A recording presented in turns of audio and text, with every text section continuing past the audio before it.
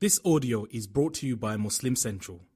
Please consider donating to help cover our running costs and future projects by visiting www.muslimcentral.com/donate.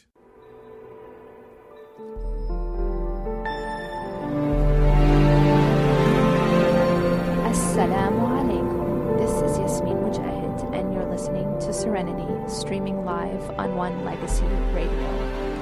أعوذ بالله من الشيطان الرجيم.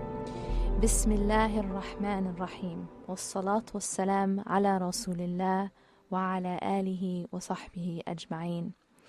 We are again, alhamdulillah, together during this blessed month of Ramadan. Allah subhanahu wa ta'ala has given us the opportunity to live another day and to be able to fast another day for His sake, inshallah. We ask Allah subhanahu wa ta'ala to bless all of your fasts, to bless all of your deeds, and to accept your fasts. And inshallah, we pray that this sacrifice that we are making together, alhamdulillah, the days are long this year, and we pray, we ask Allah subhanahu wa ta'ala that the sacrifices that we're making for His sake will purify us and elevate us and be pleasing to Him, inshallah. Qulu ameen.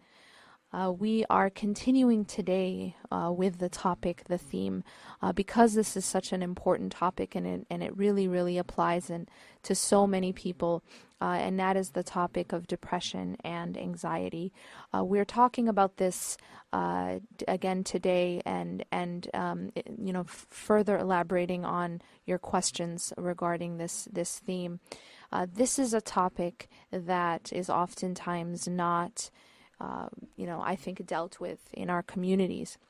And a lot of times I have people who contact me with problems related to this because they have no, and they express to me that they have nowhere else to go, that there's really this vacuum, there's a lack of resources in our community, and it's considered something very sort of taboo or hush-hush. It's under the rug. You kind of brush it under the rug. The whole topic of mental health and depression and suffering from this type of this type of illness, this is something that unfortunately is not spoken about, and in general we have a lack of resources.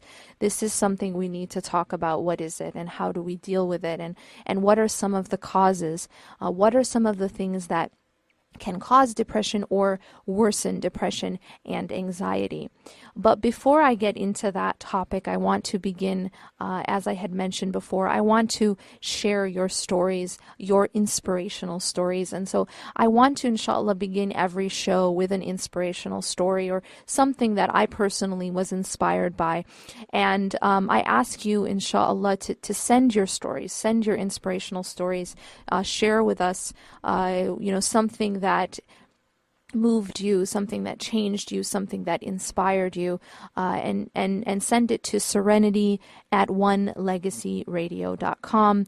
Also, you can send your questions to serenity@onelegacyradio.com. We're also on the chat box, and inshallah, we will be opening up the lines, inshallah, in a few days, where you can also call in with your questions and your reflections. So the story I wanted to share today was a short letter that I received.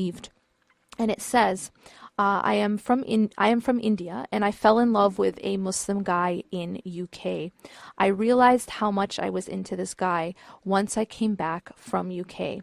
I would sit and cry for months, thinking of him and wanting to be with him so much. I went into depression, was taking antidepressants. My friends would counsel me. The guy I was in love with was asking me to stop expecting anything and seek help from Allah subhanahu wa ta'ala. And I came across Yasmin's article, Why Do People Have to Leave Each Other? Yasmin, I cannot thank you enough. You brought such a change in me. I listen in your videos and I know Allah subhanahu wa ta'ala will never leave me. He is planning something really good. I need to have patience in this tough phase of my life. Please remember me in your dua, and I am writing this just to say thank you, Yasmin. I really, subhanAllah, this story, the reason I wanted to share it is it is such a common story that oftentimes so many people find themselves in a very, very similar situation. They get very attached to someone or something, and they can't have that thing, or it doesn't work out. And this causes them to spiral into this downward spiral into depression, and they don't know how to get out.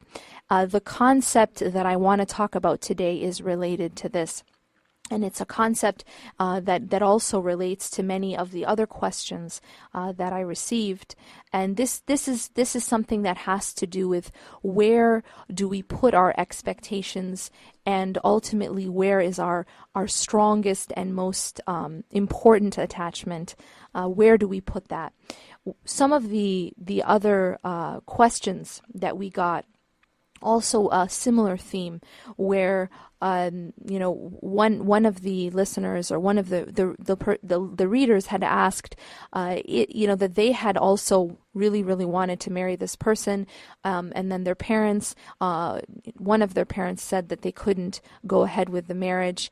A lot of times the reason why the marriage, the parents don't approve of the marriage, has to do with a difference in ethnicity, that the two are from a different race, and so because of that, they don't allow it. Now the question is, what happens next? Usually what happens next is that the person becomes absolutely devastated. And this is the part that I want to talk about, is this concept of devastation, the concept of deep, deep suffering, and what are some of the causes of this type of suffering and of devastation, and what is the purpose of this? Ultimately, it's a question of what is pain, what is the purpose of pain, and where does pain come from? In order to understand this concept, we have to go back to the root. Basically, we as human beings are created with a particular type of nature. This nature is called fitra. Our fitra is the way that Allah subhanahu wa ta'ala made us naturally.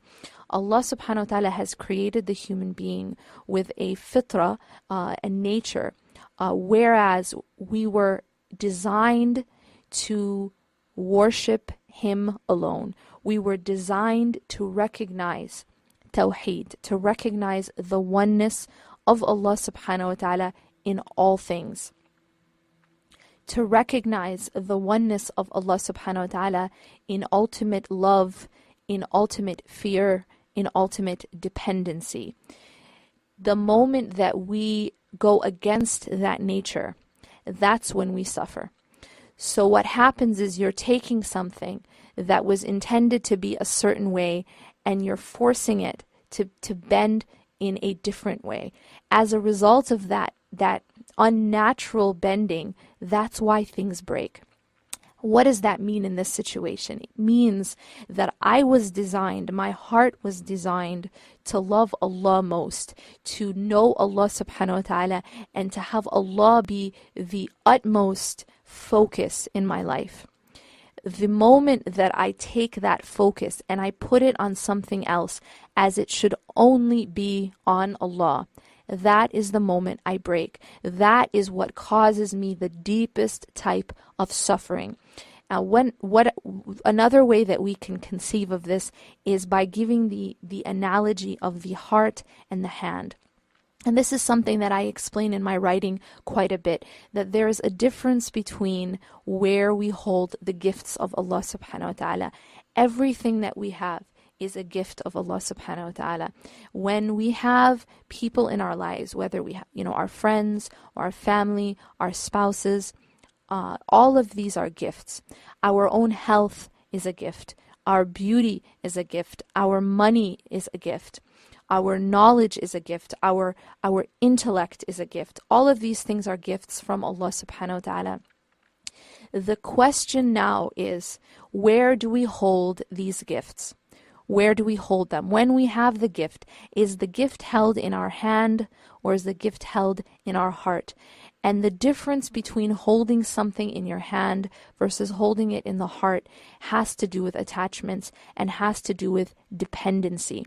Whatever I hold in my heart is that which I am most dependent on.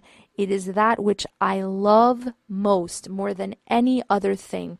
Whatever I hold in my heart is going to be that which consumes me, that which leads me, that which commands me, that which I will obey regardless of anything else. The thing that is in my heart is what I become a slave to, and it becomes my master. So we have to be very, very, very careful what we hold in our hearts, because know that whatever is held in your heart is going to be, you are a slave to it. Now, what is held in the hand is something that we still love, something that we still want, but not something that we are ultimately dependent on. If something is in my hand, now we go and we look at what happens when those things are taken away. So if we want to understand, first of all, that's the result, and you'll see the consequences of where you hold things when that thing is taken away or you don't attain it to begin with. That's when you see the consequence. But backing up a little bit, how do you know whether you're holding something in your hand or in your heart? How do you know what really is in your heart? Well, the answer is there are a lot of pointers to what you have in your heart. And one of them is, as this sister describes, she says that when she was no longer able to be with this person, she said, I would sit and cry for months, thinking of him and wanting to be with him so much. I went into depression to the extent that she actually had to take antidepressants. This in and of itself explains what happens when you keep something in your heart that isn't supposed to be there. Now what has happened is you've taken something and you've loved it as you should only love Allah subhanahu wa ta'ala.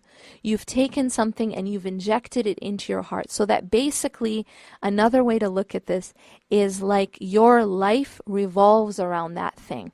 Your life now revolves around that person or that thing, and it basically becomes the most important thing to you. You know this because it's all you can think about. You know this because it's what has the power over you to make you happy one moment and to make you miserable the next. It has the power over you to make you so angry. It has the power to make you so upset. It has the power to take away your sleep and your appetite. It has a power over you. You become a slave to it.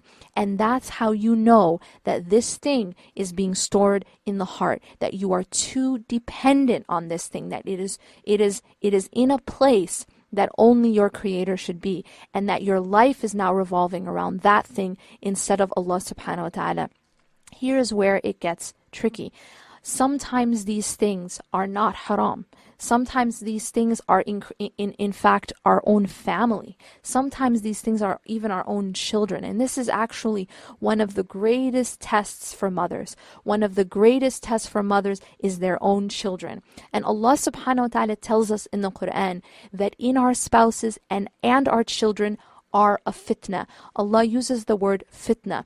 Fitna, one of the meanings of the word fitna is a test, something that will test you, something that will be, a difficulty for you because it is something. And what type of fitna is this? It's a fitna because of the amount of love that one feels for the spouse or for the children. This is just an example of how something that is halal can actually be a huge test for you. And what happens is, whether it's a mother and with her children or a spouse or there's someone that you want to marry, or maybe it's your career, or maybe it's money, or maybe it's your status, your image, whatever it is so important to you that it becomes your focal point. It becomes your ultimate attachment. Now comes the issue of pain. Now comes the issue of suffering. What now happens when that thing is taken away? What now happens if that thing were never given to you? Suppose that the most important thing to you, your focal point, is getting married. And this is, subhanAllah, a lot of people are in this situation. May Allah make it easy for them. They're the most, the thing that is obsessing them, that is obsessing their mind and their heart is, I can't find a spouse, or I need to get married. That's all they think about. So what happens to that person who isn't then able to get married? Or what happens to that person when they get married and then they get divorced? What happens is that when that thing is taken away or it's not given at all, then that's when the person completely crumbles. And that's when we talk about devastation. That's when we talk about deep, deep suffering. This is different. Now we will talk about the difference between something in the heart versus something in the hand. When that thing, that person, or that concept, or that career, or whatever it is held in the hand, meaning that my ultimate attachment is to Allah and Allah alone, but I still love those things. I still want to get married. I still love my children. I still love my spouse. But my ultimate focus is on Allah subhanahu wa ta'ala, not on those other things. That my dependency is on Allah. It's only Allah, ultimately, that I can't live without. If that is the type of balance that one has, that when those things are taken away, this is where you have the normal emotion, human emotion, of sadness. No one is going to say that you're never going to feel sad. The Prophet ﷺ, who had the most pure of hearts and the most strong attachment to Allah subhanahu wa ta'ala, also felt sad. And there was, we talk about, we know from the seerah of the Prophet ﷺ that there was the year of sadness and that the Prophet ﷺ cried. So one cannot claim that sadness is not normal. Sadness is a part of being human, but there is a definite difference, and this is something that anyone who has experienced it can know. There is a difference between the sadness that comes from something being taken from the hand versus the devastation, the paralyzing devastation that comes when something is taken from the heart. So what is the solution here?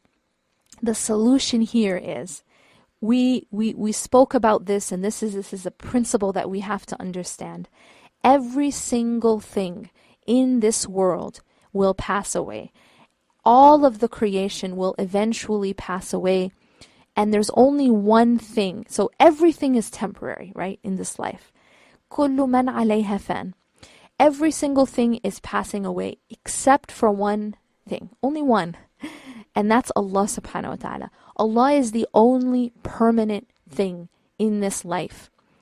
So my question to you is, what should be in the heart? What should be that thing which I put my ultimate dependence on, that I put my ultimate focus on, that I give my ultimate love and fear to? It should be something that never fades, that never passes away, that never changes, and something that never leaves. The only thing like that is Allah subhanahu wa ta'ala. Every other thing passes away, and every other thing is temporary in this life. The one who takes the temporary things and puts that in their heart and becomes most dependent on that, and then takes that which is permanent and matters most, Allah subhanahu wa ta'ala, and puts that in the hand, is the one who's going to suffer most. Because what we do is this: we love our money more than Allah subhanahu wa ta'ala. We love people in our life more than Allah subhanahu wa ta'ala. We love our beauty more than Allah subhanahu wa ta'ala. And how do we know this? I'll tell you how we know this. Because when I love someone more than Allah subhanahu wa ta'ala, I am willing to displease Allah and engage in a haram relationship with that person, because it's more important to me to be with that person than it is to please Allah subhanahu wa ta'ala. I don't say with my tongue that I love this person more than Allah subhanahu wa ta'ala, but I say it with my actions. Because what I'm doing when I'm in a haram relationship is I am saying that ultimately because I want this thing so much, because I want this person so much, I want it more than I want Allah subhanahu wa ta'ala. I want it more. So this becomes what I really hold on to most. How do I know that I love my money more than Allah subhanahu wa ta'ala? Well, I'm never going to admit it with my tongue, hopefully, right? But how do we know that we love our money more than Allah subhanahu wa ta'ala? Because I am willing to be engaged in a haram business. I am willing to deal with riba, with interest. I am willing to do things which are displeasing to Allah subhanahu wa ta'ala to get more money. So what I am saying is I love my money more than I love the pleasure of Allah subhanahu wa ta'ala. My attachment, what is in my heart is the money. And lastly, how do I know that I love my beauty more than Allah subhanahu wa ta'ala? It's because I would rather be beautiful to the people and show my beauty than to cover it up as Allah subhanahu wa ta'ala told me to. When I am unwilling and unable to cover myself the way that Allah subhanahu wa ta'ala has told me to, and to cover myself and to wear hijab and to be modest in the way that Allah subhanahu wa ta'ala has commanded, I am saying that my beauty is too important to me. I love it too much. And in this way, in the hierarchy, in one's heart, internally, my beauty comes before the pleasure of Allah subhanahu wa ta'ala. I'm going to pause for a moment now for a short break. And when we return, we will continue in speaking about the purpose of pain.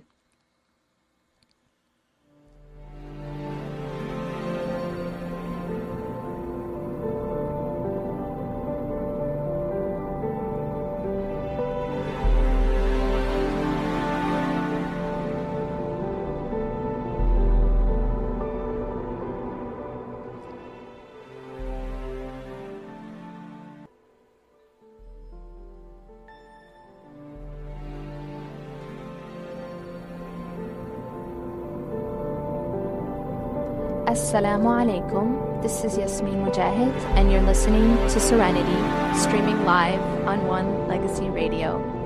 We are continuing today on the important topic of pain, sadness, depression, and anxiety. We are speaking about what are the inner sort of causes of pain and what the different types of pain. What is the difference between just sadness and suffering and devastation? What is the difference between our different types of attachments, of where we are holding a gift, of where our dependency is, and how we end up actually hurting our own selves because we depend on the wrong things and things that were never designed to be in the place that we put them. And now that brings us to the question of pain in general. Why does Allah subhanahu wa ta'ala subject us to pain? Why do we go through this emotional and psychological pain and sometimes physical pain? And there are a lot of reasons why that we are told. One of the reasons I'll begin with is that Allah subhanahu wa ta'ala has told us that whenever we go through something painful, there's a hadith of the Prophet sallallahu alaihi wasallam that says that when a believer is struck with any kind of pain or sadness or sorrow, even if it's just the prick of a thorn, it removes that believer's sins like leaves falling from a tree.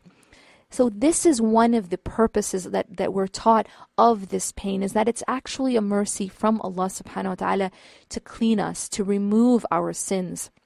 And that through that we are actually purified if, and this is an important conditional clause, if we respond properly, if we respond with at the very least patience, if we respond with patience, then this pain that we undergo is actually a purification for us.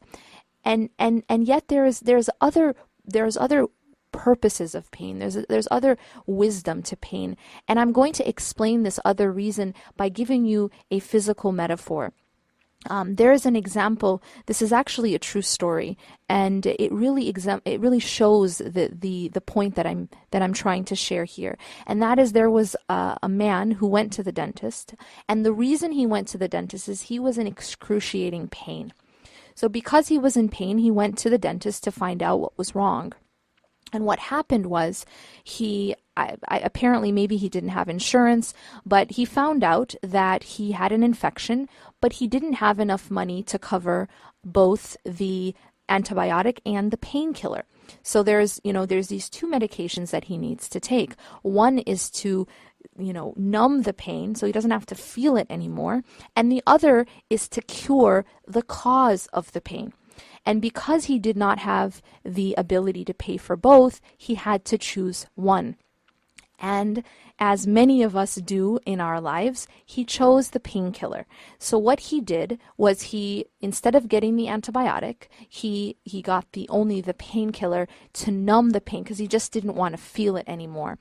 So he got the painkiller, and this is actually a true story. What ended up happening is the infection spread so much that it actually went to his brain, and he ended up dying of this infection that started out in his tooth or in his mouth. What reflections can we get from this story?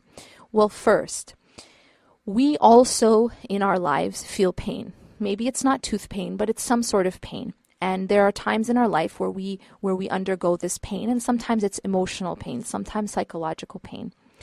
That pain itself oftentimes is a pointer for us that we need to change something, that we need to cure something, that there's something wrong inside. When I have a headache or when I have a toothache, it is pointing me to some problem that I have internally. In this case, he had the pain, and that's what told him that he had an infection. It was the pain that pushed him to go to the doctor and find out what was wrong. If he had no pain, then he wouldn't have known that there was a problem. He wouldn't have known that he had an infection, and he wouldn't have gone to the doctor in order to get cured. Similarly, if you have a heart condition, none of us can, regularly look inside of our hearts and see the condition of our arteries, right? We have no way of knowing if we have a heart problem.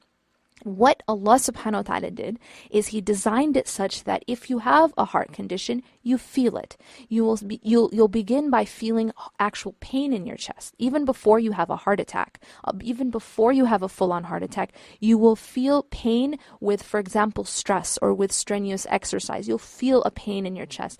This is indicating to you that there's a problem, and you go to the doctor to find out what it is. And then you solve it, you cure it. But now what happens when you don't cure the problem? Now this is where it brings us to kind of where we are in society. Society basically tells you that if you feel pain, numb it, ignore it, just get rid of it, right? There's this idea that you're never supposed to feel pain, right? And if you do, take a pill, right? If you feel any kind of sadness, go take a pill. If you feel any kind of pain, go take some painkiller. There's no emphasis on let's solve what's causing the pain, and that pain is actually a normal part of life. Some amount of pain is inevitable, and that it's in fact something that Allah subhanahu wa ta'ala has designed as a defense mechanism for us. But what we do is we just numb it. Allah subhanahu wa ta'ala has this same mechanism in the spiritual realm. When there's some problem internally with our hearts, when there's some problem with our relationship with Allah subhanahu wa ta'ala, or maybe things are imbalanced inside, if I am putting something in a place that Allah subhanahu wa ta'ala should only be, it will cause excruciating pain. This is that pain to tell me there's a problem. This is that pain to tell me you need to go to the doctor and seek a solution.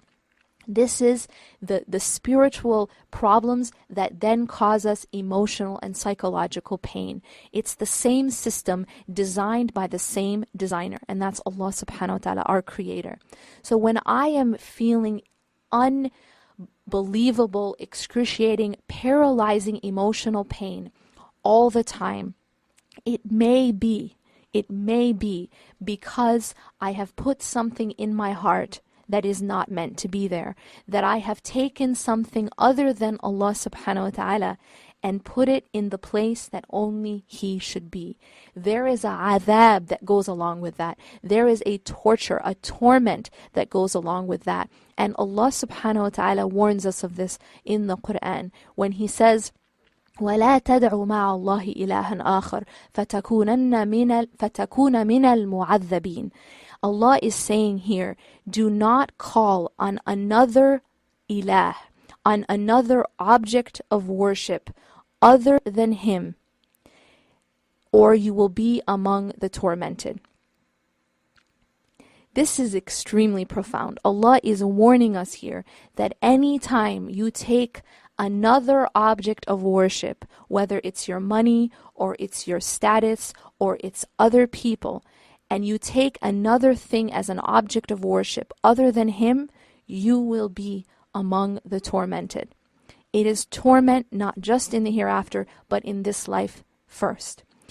This torment itself is our pointer that something needs to change. And you will find many people, subhanAllah, have contacted me and told me their story, that I felt this excruciating pain, that I went through this suffering, and then I realized what the problem was. And it was only when I started to put Allah subhanahu wa ta'ala in the place that I had previously put this person, and that I had previously maybe put my career, or I had previously put money. Only then did the torment go away. Only then did that excruciating, paralyzing pain go away. So this basically tells us that the pain is not there just for us to numb it.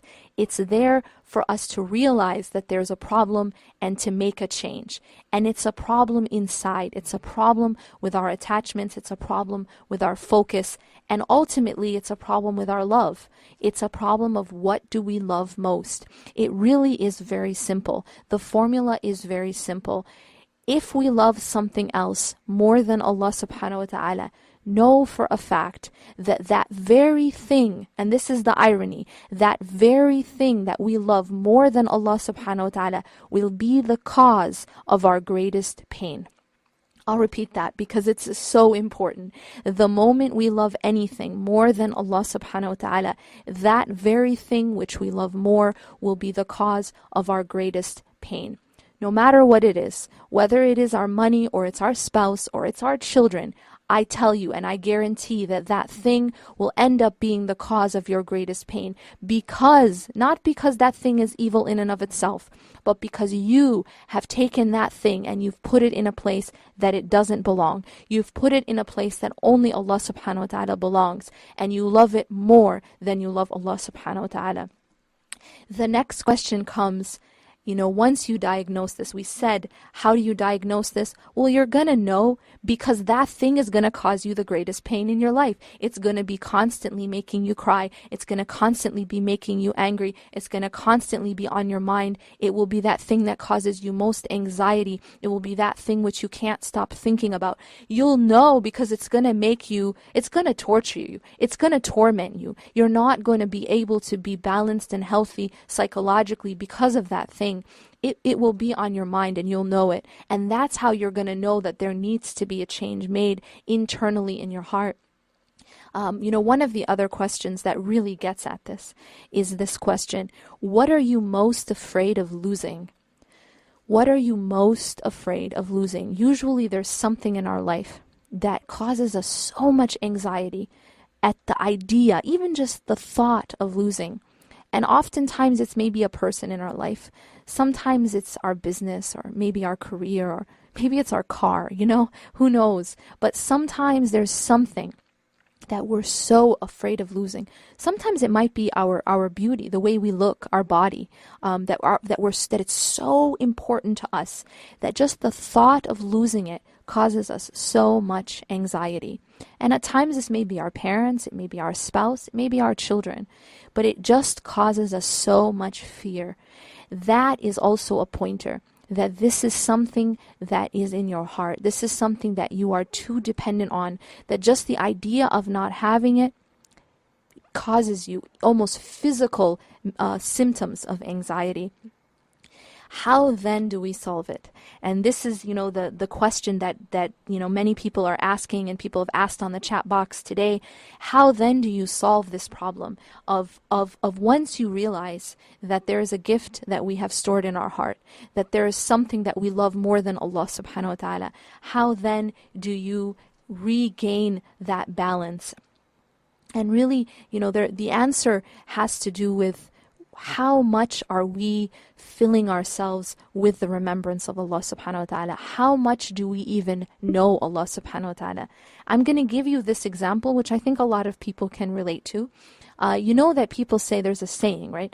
That you never get over someone until you find someone better, right? You don't get over someone until you find someone to replace them. Usually, that's the easiest way to get over a heartbreak, right? Someone dumps you, you find someone else, all of a sudden, next day you're over it. Human beings are this way. Human beings don't like to be empty. Human beings don't want to have any empty spot inside of them ever, for even a moment. It's too painful. We always want to fill. We want to fill. We're always looking for things to fill. Now here, if we use this in this case, how are we going to get over these very deep attachments that we have in our hearts to our families, or to our spouses, or to our children, or to our money, or to our career, or to status, whatever it is of the dunya? How are we going to solve this and put these things in their proper place, in the proper balance of where a gift should be? And the answer is very similar to what we just said. Find something better. Find something better to replace it. Find something better to fill that place that you've put that person or that thing. And that something better is only Allah subhanahu wa ta'ala. The more that you realize Allah subhanahu wa ta'ala, who Allah is, and what Allah subhanahu wa ta'ala, the role that Allah subhanahu wa ta'ala plays in your life, then you will be able to fill that hole, and you will be able to replace whatever else. You see, Allah, when anything is compared to Allah, it just becomes, there's no competition. And if there is a competition, then it means that we don't really see Allah subhanahu wa ta'ala. If there's something that's competing with Allah, or even surpassing Allah in our heart, it automatically means that I really don't know who Allah is. It means that Allah is just a word. It's just a few letters that we put together and we say it when we pray. It means I don't know my Creator. If I really know Allah subhanahu wa ta'ala, who He is, and the right that He has over me, there is no way that anything could ever compete with Him.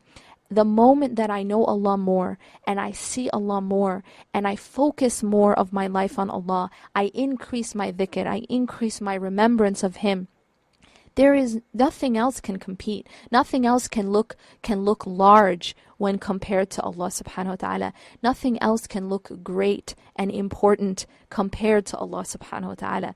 So in order to put things in their proper perspective, you just have to see Allah subhanahu wa ta'ala more. You have to fill your life more with the remembrance of Allah subhanahu wa ta'ala. Fill your life more with knowing Him. Understand who Allah subhanahu wa ta'ala is, and get closer to Him. And some of the ways to get closer to Him is talk to Allah subhanahu wa ta'ala. Ask Allah subhanahu wa ta'ala. Make more dua. A lot of times people have this very formal relationship with their Creator. It's like, it's very ritualistic. We stand up, we pray, we say a bunch of words that we don't understand and we don't feel, and then that's it. Allah is a stranger to us. It's kind of like, yes, I'm praying with my body, but Allah has nothing to do with my life. Allah has nothing to do with how I live or why I live. And that is our problem. We need to make Allah subhanahu wa ta'ala our closest friend. In order for someone to be your closest friend, you need to constantly be speaking to them. We know this from our friends on Facebook and our acquaintances, that those people who you are closest to are the people you keep in contact with most, usually, right? You contact them regularly, maybe you're texting them, you're calling them. Your best friend is someone who you pretty much need to talk to every day, and maybe many times a day, depending on your friendship. How do we expect that Allah subhanahu wa ta'ala is going to be our closest friend if we're never talking to Him, if we're never communicating with Allah subhanahu wa ta'ala? Communicate with Him, talk to Allah subhanahu wa ta'ala, make dua, go to Allah subhanahu wa ta'ala with your problems. That is how you build a relationship with Him, and that is how Allah subhanahu wa ta'ala will begin to replace the false deities that we have filling our hearts. Insha'Allah, I will take another short break now, and when we continue, I'll be looking at the chat box. Write your questions in the chat box, share your reflections, and insha'Allah, we will be returning shortly.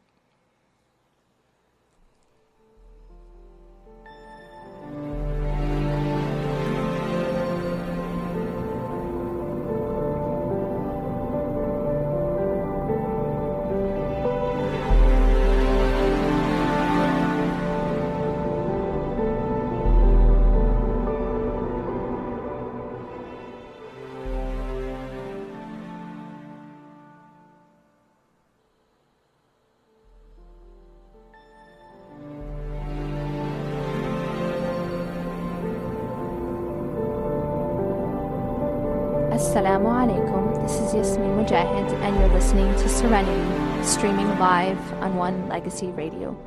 I am now taking more questions from the chat box. We have a number of questions, alhamdulillah. I ask you to continue to write your questions at serenity@onelegacyradio.com.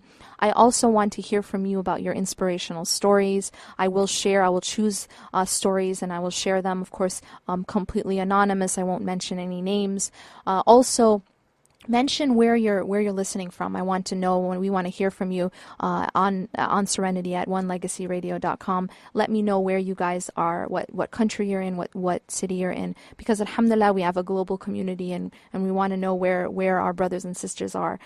So someone writes, what should we do if we are trying hard but still we keep filling our heart back with the gift again and again, and there's always a low and high in how connected we feel to Allah subhanahu wa ta'ala.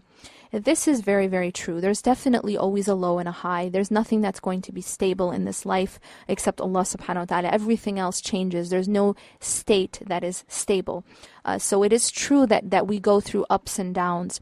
The important thing is, and I really want to emphasize, is consistency. Yes, we will go through spiritual highs and spiritual lows, but so long as we are consistent in our ibadah, as long as we are consistent in our worship and consistent in our remembrance, regardless of how we're feeling, and I want to emphasize that, regardless of how we're feeling, we are consistent.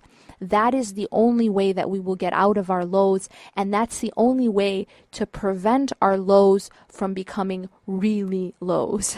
That everyone, yes, the Prophet ﷺ says that for everything there's a peak, for everything there's a low, but in order for, and he goes on to say, as long as a person's low, that in a person's low, that dip, as long as that person follows the sunnah of the Prophet ﷺ, then they'll be all right. So the lesson that we can learn from this is that, yes, know that you will go up and down. When your iman starts to go down, do not lose hope. That's key, because the moment you start to lose hope, what ends up happening is you give up. So losing hope leads you to give up. Giving up leads you to go even lower. That's the key here. And by the way, that's what Shaitan capitalizes on. He wants you to go lower. He wants me to go lower. He wants all of us to be really, really low. So what he'll do, and this is one of his tricks, is that the moment you mess up or you slip up a little bit, or maybe your iman is going down, maybe you're not feeling it as much, you're kind of, and so you kind of get disappointed. Well, what will happen is Shaitan will now come to you and will try to make you feel so bad about yourself, and then will try to put in you a sense of hopelessness, that, you know what, there's no point anyway. Why are you trying so hard? Why are you even wearing hijab? I mean, why are you even wearing? You're such a hypocrite, right? Why are you even wearing it? You do this, you do X, Y, Z. Why don't you just take it off, right? Or why are you praying anyway? You just committed this sin. Why are you going to go and pray now? What a hypocritical thing you would do. What kind of two-faced person are you? I mean, these conversations sound familiar, right? This is shaitan. Shaitan is, his way is that the moment you slip, instead of telling you, you are human, you're going to slip, go back to Allah. In fact, you just committed the sin, you need to go pray even more. He'll say the opposite, and he'll convince you that actually it's hopeless now, and now you might as well give up. You might as well not pray. You might as well take off your hijab. You might as well just give, suppose you're trying to stay away from this haram thing, you're trying to stop smoking, or you're trying to stop drinking, or trying to end a haram relationship. You know what? I messed up. What's the point anyways? And this is how he gets us. We have to be very, very careful. First, not to expect ourselves to be perfect. We will never be perfect, and we were not designed to be perfect. That's also important to understand.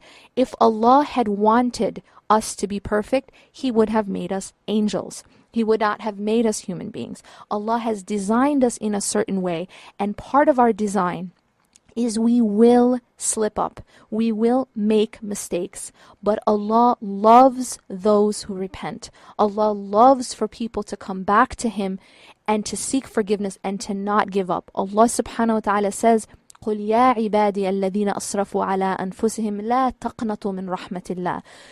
Say, O my servant, who have transgressed against your own selves, do not despair in the mercy of Allah subhanahu wa ta'ala. Allah forgives all sins if you go back to Him. Do not let shaitan deceive you. Do not let shaitan tell you that every time you go, every time you make a mistake, you might as well give up. You might as well take off the hijab because you're just a hypocrite, right? You're not perfect, so you might as well take off the hijab. Allah never asked you to be perfect. Allah asked you to continuously go back to Him when you do make a mistake, and to keep going back to Him. You need to pray.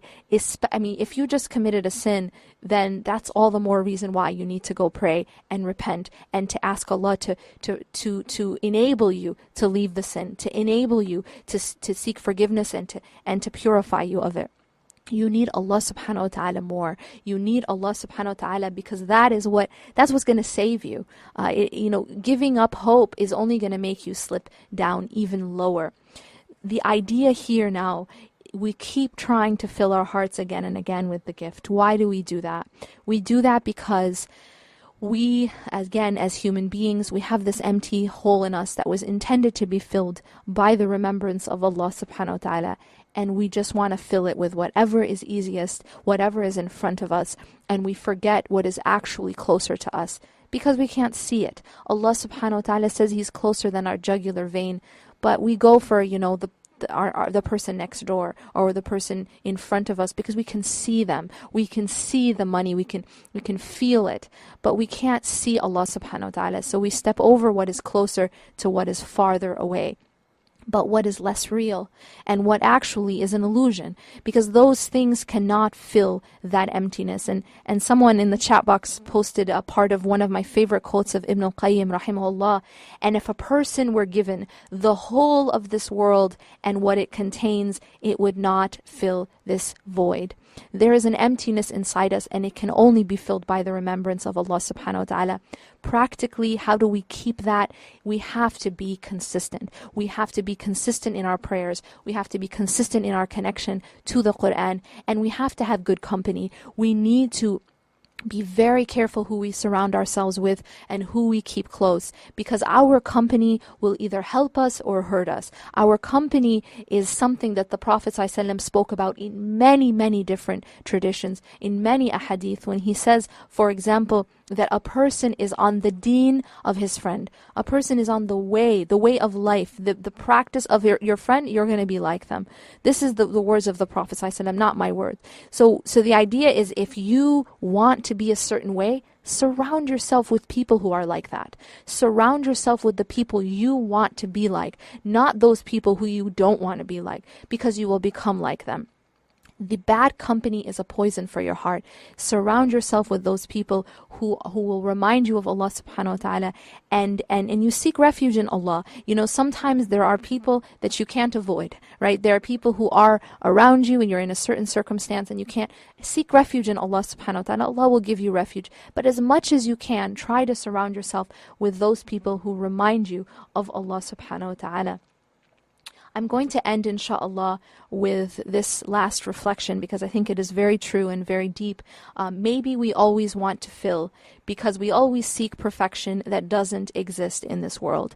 And I think this is very, very true. I think that we as human beings, we were not created for dunya. Dunya is just a stop on our way. Originally, where were we? Originally, we were in Jannah with, our father, Adam alayhi salam, was in Jannah, and Hawa. And that is really our true home. Our nature is one that seeks and yearns for that which is perfect and everlasting. It is part of our very nature. We don't like things to be imperfect. We don't like things to end. We don't like things to be temporary. We want it to last forever. If you take a kid to Chuck E. Cheese, they never want to leave, right? They want it to last forever. We want the fun to last forever. And adults were the same way. We don't want the happiness and whatever pleasure that we feel to ever end. Our hearts were made to yearn for Allah subhanahu wa ta'ala. Our hearts were made for Jannah. Our hearts were not made for this life. And so we yearn for that which we were made for. And inshallah, we ask Allah subhanahu wa ta'ala to return us to that place that we were made for and to that place that we came from. Inshallah, I encourage you to continue to write your questions, share your reflections, share your inspirational stories at Serenity at One Legacy Radio. I pray that inshallah there was some words that were beneficial. If there was anything that was beneficial, it's from Allah subhanahu wa ta'ala alone, and any mistake that I made is from my own self. أقول قولي هذا واستغفر الله لي ولكم إنه غفور رحيم سبحانك الله وبحمدك نشهد أن لا إله إلا أنت نستغفرك ونتوب إليك والسلام عليكم ورحمة الله وبركاته.